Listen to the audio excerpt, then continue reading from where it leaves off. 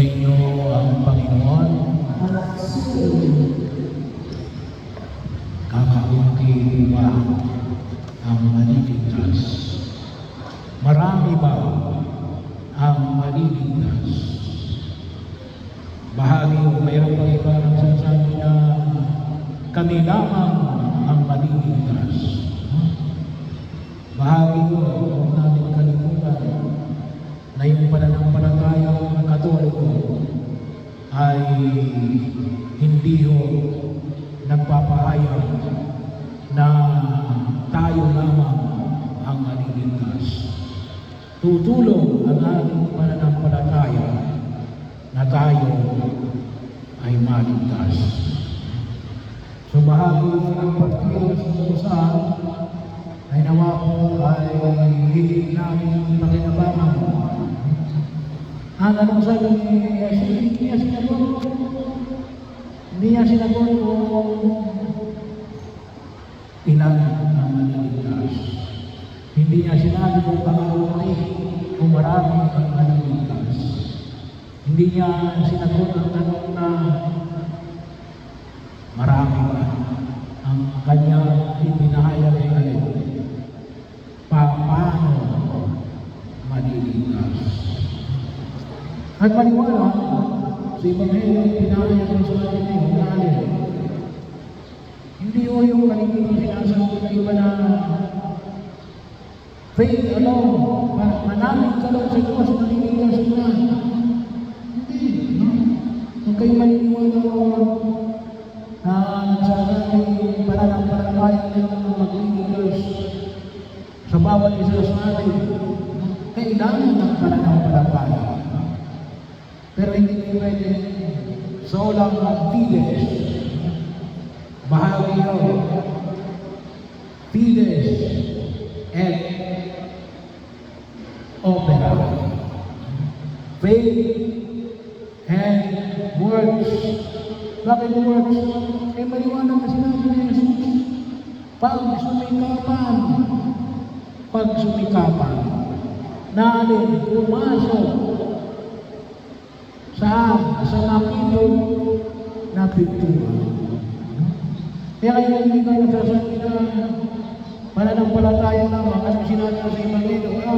May nagsabi lang ng Panginoon, nangaral kayo sa aming lansangan. Anong sabi ng Jesus? Hindi ko kayo pinalaya. Ay nakasali namin kayo sa hapagkainan. Alam naman natin, pagkasali mo sa hapagkainan, feeling close na. Kasi nakasali mo sa kainan, kamay mo. Pero anong sabi ng Panginoon? Hindi ko kayong nakikilala. Magsilayas kayo. Kayong mga nagsisigawa na masama. Ibig sabihin, may gagawin tayo. May gagawin tayo. At maliwanag na alin na itong sa mga pagkilos na gagawin ay bahagi ng pananampalataya. Kaya yung mga Santiago, anong sabi ni Santiago? Ang pananampalataya na walang gawa ay patay. Kaya hindi pwede pananampalataya ng bahagi mo at tayo bilang mga mananampalataya, dadaman tayo ng mananampalataya, dadaman tayo ng binyaga. Maliban lamang na Sasi at kay Queen. Ewan ko lang kung mayroon pa sa inyo hindi magbinyaga. Pero bilang binyaga, maliwanag natin, may pananalig kayo. Pero hindi ito nakakatapos. May gagawin tayo. Kaya ano yung gagawin? The emphasis ay pag sumikapan. Ito yung sinasabi kalimitan ng mga kabataan ngayon. Mag-effort ka naman. Kumilos ka. Gumalaw ka. At yung hindi lang basta magbalaw. Kasi alin, pag sumikapan na pumasok sa makipot na pintuan. Great effort. At bahagi yun ng pagkilos na kung saan yung makita natin. Ano itong pagpasok na ito? Ibig sabihin, iwasan ang gumawa ng kasalanan. Umiwas tayo gumawa ng kasalanan. Paano? Sabi na natin, know yourself. Kilalanin mo sarili mo. Kasi mayroon tayong tinatawag natin self-spam. May kanya-kanyang tayong kahinaan na naging sabi kalimitan ng ating kasalanan. At sino hindi na nakakalak, hindi umawag sa akin. May kanya-kanya tayong kahinaan, magsumikapan natin, alamin natin, ano ba yung kahinaan natin. Paano naman paglalaganan yung kasalanan kung hindi mo alam yung kahinaan mo? Nang sa gano'n, maipagdasal mo at makagawa ka ng pamamaraan na ito ay maiwasan. Kasi hindi ka naman basta-basta nagtatanong na panunuso. Mautak rin ang demonyo. Alam niya kung ano yung ating kahinaan. At doon tayo tutukin. Ang tawag ko yung ano na yun. Song-spam. Kasi doon tayo mahina. At kung tayo ay may pananampalataya, dapat nakikita natin. Ito yung aking kahinaan. Ito yung dapat kong pagtibayin. Para maiwasan ko yung pagkakasala. Bahagi yun. Ano ba? Iwasan din natin yung iba na magkasala.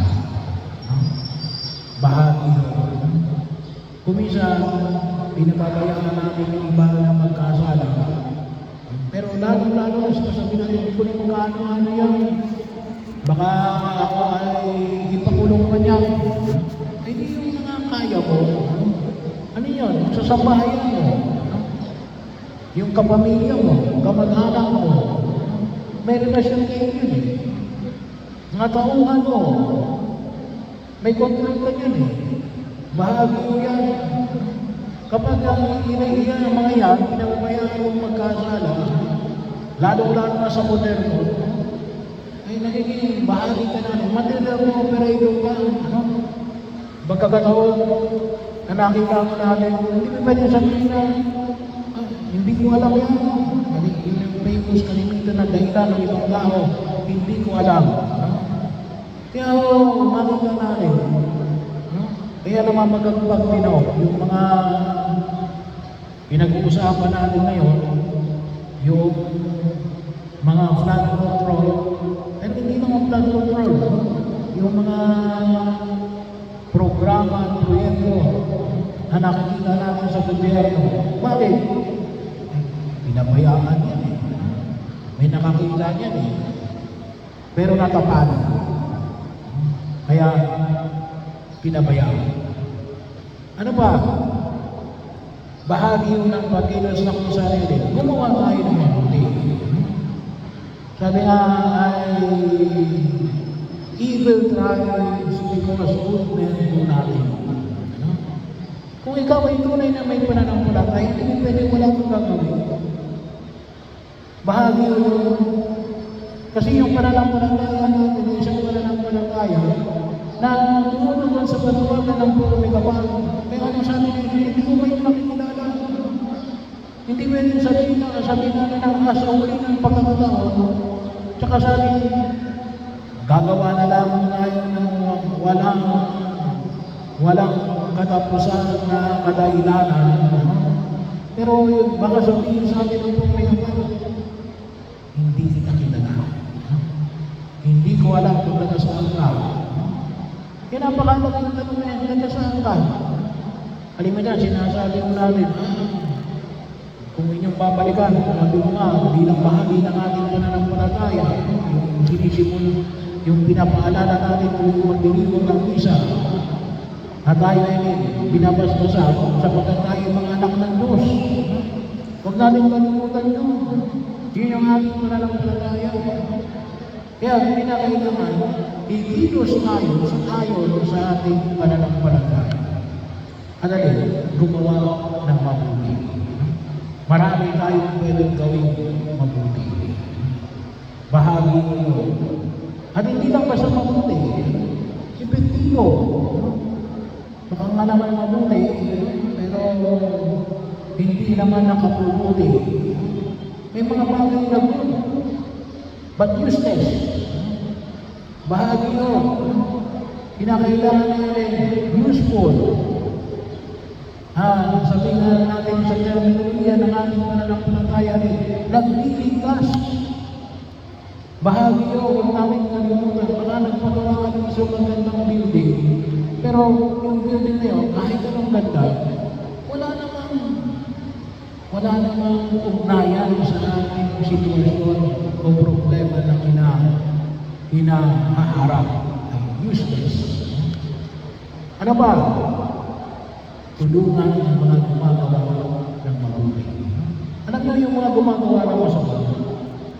Sabi na natin yan, organized crime yan, nakatago, pero mga may koneksyon na.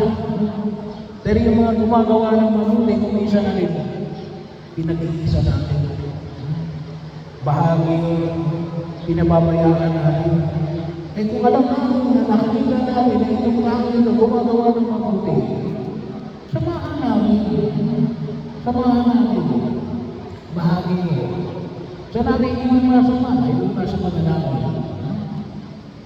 Are we praying for those na kung saan ay nagkakagulod para sa ikabubuti? Nagdarasal pa tayo dito sa mga na gumagawa ng masama na mapigilan sila. So bahagi, kaakibat yun ang ating pananampalataya. Hindi pwedeng complacency. Hindi pwede. Bahagi yun, kinakailangan natin yung aktibong pakikinahog at pakikipag-ugnayan sa pagkilos na ginagampanan ng ating buhay sa daigdig na ito. At ito yung bahagi yun ng ating pananampalataya na makita natin na doon tayo duukod sa ating bakit magagawa yan? Hindi sapagat sinabi ni Jesus na sige, pumasok na dyan at yung ko. Kaya nga tayo ay pinasusuodan. Bakit? Kasi binigyan niya tayo ng lakas bilang mga anak ng Diyos, bilang mga nananalig sa Kanya tayo humuhugol ng lakas. Ang kinakailangan na ngayon, magkaroon tayo ng karamihan ng panooban at ng maliwanag na pag-ibig. Yun lang ang ginagawa. Pagsumikapan yung pumasok